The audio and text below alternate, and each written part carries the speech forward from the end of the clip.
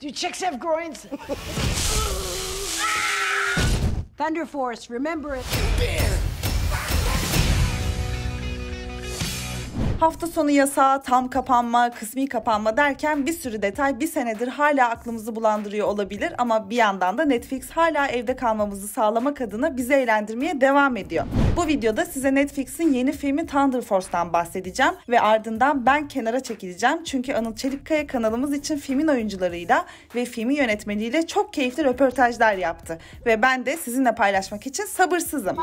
Thunder Force bir komedi aksiyon filmi ve başrollerde yakında Thor 4 filminde de izleyeceğimiz Melissa McCarthy ve Octavia Spencer yer alıyor. Melissa McCarthy filmlerinin yönetmeni ve aynı zamanda kendisinin eşi olan Ben Falcone'un elinden çıkan film süper güçlere sahip herkesin kötü adama dönüştüğü bir dünyada geçiyor. Ama çocukluk arkadaşı olan iki kadın süper güçlere kavuşup dünyadaki ilk kahramanlar olmanın bir yolunu buluyorlar. Gaddarlar diye adlandırılan düşmanların başında The King karakteri var ve filmde Mantis rolüyle çok sevdiğimiz Pom da yer alıyor. O yüzden çok uzatmadan Anıl'ın röportajlarına geçmek istiyorum. Hazırsanız başlayalım. Hi, I'm Anıl from Turkey. So Thunder Force is a comedy action movie, but in the heart of it there is this personal story of these amazing women, and this doesn't change their character at all, which is great, by the way. So to you, changing the classic understanding here is going to be a motivation to some people, like single mothers. Well, that would be great. I mean, it's like, I think anytime if you can kind of inspire people, but I don't think it's female centric. I think should just be like, it's the story of these two great characters that are friends. I love any story that has real people standing up and doing extraordinary things. I think you can always root for it. I love an audience member. I love playing it. And I think that's what people seem to really be gravitating to, especially after, I think the last year, people fighting for good is something that we all could use quite a bit of. Yeah.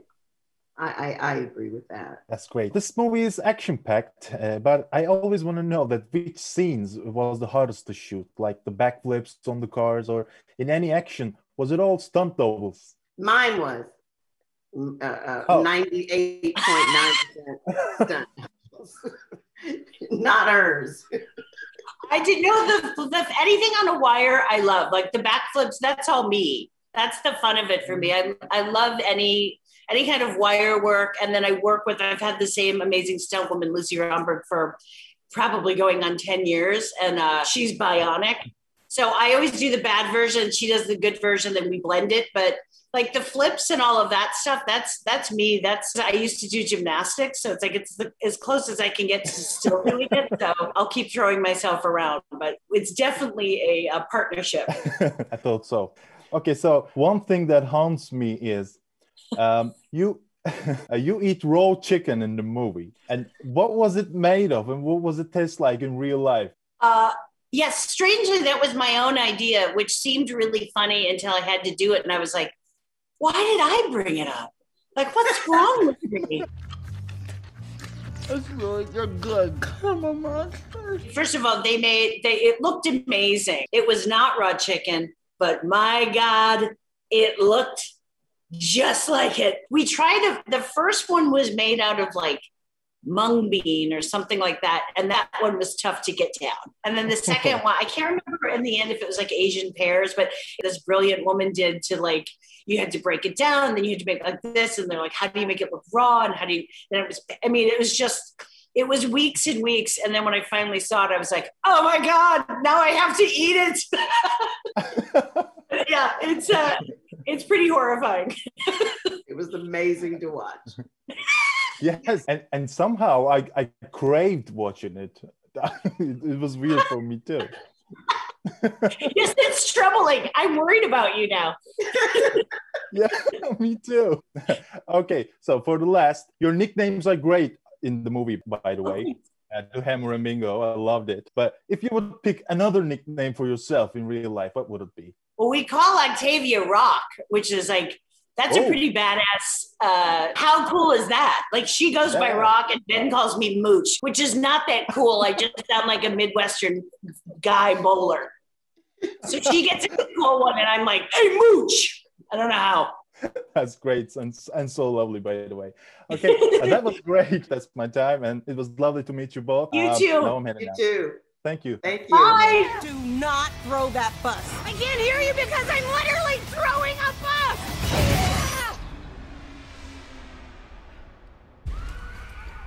I'm sorry. That's on me. Hi there. So great to meet you. Nice to meet you. Oh, thank you. We know you with your comedy, but I'm curious about the hardest part of filming a superhero scene, like how challenging it is to shoot an action scene when the comedy still goes on. Really good question. Because we wanted to make a movie that is a superhero movie first and a comedy second. And so the answer is it's really hard. I love the Marvel movies and the DC movies. You know, I love them. And it gave me even actually more respect for how they put these things together, because to get 15, 20, 30 seconds of really good action footage requires so much work, so much prep, and, you know, and so many different departments to come together, whether it's, you know, obviously it's the cast, it's the stunt department, it's the visual effects department, it's your, you know, your camera department. So there's so many things that go into, you got to do all this stuff. And then, you know, you got to hopefully land a joke somewhere in there as well. So it's quite a dance, and it was a challenge, but it was a challenge that I kind of loved undertaking because I just love the genre so much. So would you consider a sequel or a Crabman spin-off?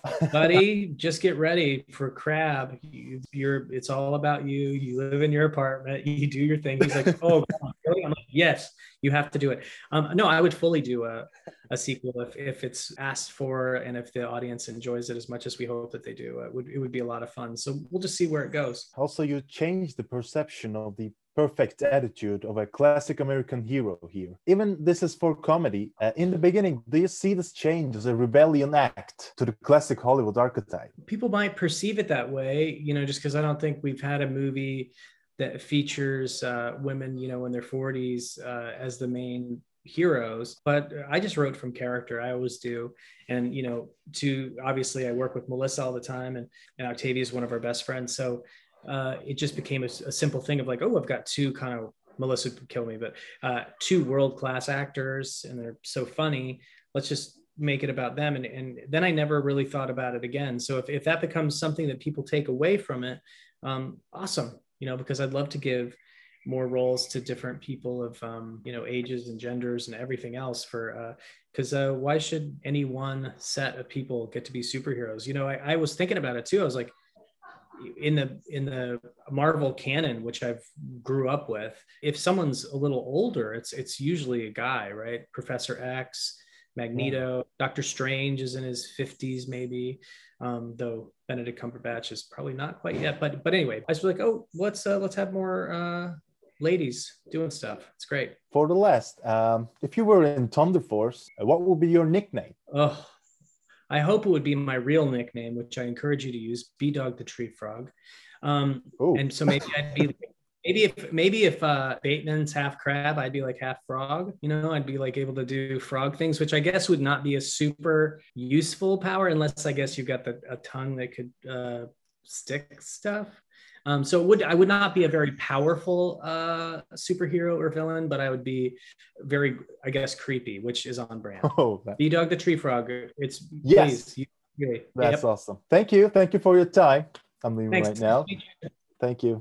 But we're also seeing a new kind of criminal. This city deserves what's coming to it. Boom.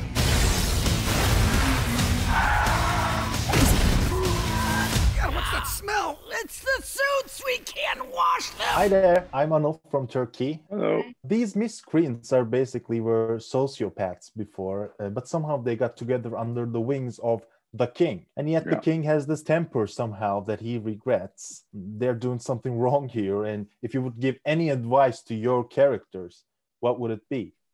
Oh, find another line of work, probably. It's way too sensitive for that kind of work, I would think. Maybe put in a little time at the soup kitchen. Maybe meditation would be good, to do some guided meditation. Yeah, that would be great, actually. That would calm things a little. And Pom, for the last years, we adore you as Mantis, and now you became this villain, Laser. But for the both of you, I'm asking this, is playing the villain more freeing than playing a hero? Is it more freeing from this responsibility of playing a hero? Yeah, I mean, it's very fun. It's very fun. You can be really, I mean, especially when it's a villain in a comedy, you can be even more over the top and colorful and just doing a little bit too much. And, you know, it's going to bring some comedy. I mean, you have to keep the something truthful to it, you know, to be committed, but you can go just a little bit more, you know, or like a lot more, you know? Yeah, I agree. I agree. To a certain extent, you don't have the responsibility of having to constantly think about the audience in the sense of being the hero and carrying the storyline that way. So you can, there's a lot more, you have more license to be really twisted and add elements to the character that are maybe a little more depraved than you could if you were playing the hero. But I think, you know, villains are fun because I think they're mostly just insecure, desperate people, and that's always fun to play, you know. That's great. Thank you. Okay, so and in this movie, the miscreants are having all the fun in the world, actually. They're basically free. So if you really had these powers, would you join the Thunder Force and take all the trouble, or keep having fun with your powers freely? No crime involved. Bobby, what do you think? Yeah, just I'd probably be a hero just because I don't like to cause trouble, really. So so I'm less of that dark side than I am the other side, you know. So I'd probably be a hero. Yeah, I mean, me too. I guess I would sleep better at night because I have a conscience, you know. But right. I don't know. Could be fun to be a miscreant sometimes. Yeah, but the consequences, you know. But then, like you said, like I like to have a good night's sleep. There's too many practical things about my life that I need to be a certain way, that being a miscreant would just create too much anxiety for me. I want to be more laid back and chill. So I think I'd be Mr. Chill, special superhero. And for the last, your nicknames are great in the movie, by the way, but can you pick another nickname for yourself if you had these superpowers, like Mr. Chill? I think my wife would call me the roller coaster. I think that would be my superhero name, the roller coaster, because from one minute to the next, you just never know what you're going to get in terms of my energy. I already have a nickname, and I think it's a good nickname for a superhero. It's the Pominator. Oh, that's nice. Right? Yeah, I loved it. He gave it to me years ago when I was working on Old Boy. He called me the Pominator, and it made me laugh, and, you know, I think it would be a good name for a superhero. Yeah. Yeah, I loved it. I don't know what the power would be. I would throw apples at, because pomme means apple in French. That's right. Oh, that's awesome. Okay, that was great. And my time's up. Thank you for your time and looking forward for your next roles, and take care. Bye-bye. Bye. Bye.